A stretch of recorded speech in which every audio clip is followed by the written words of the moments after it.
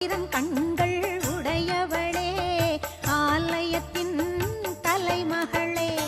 கடை கண்ணாலே பார்த்தருள்வாய் காலம் எல்லாம் காத்தருள்வாய் கடை கண்ணாலே பார்த்தருள்வாய் காலம் எல்லாம் காத்தருள்வாய் தாயே கருமா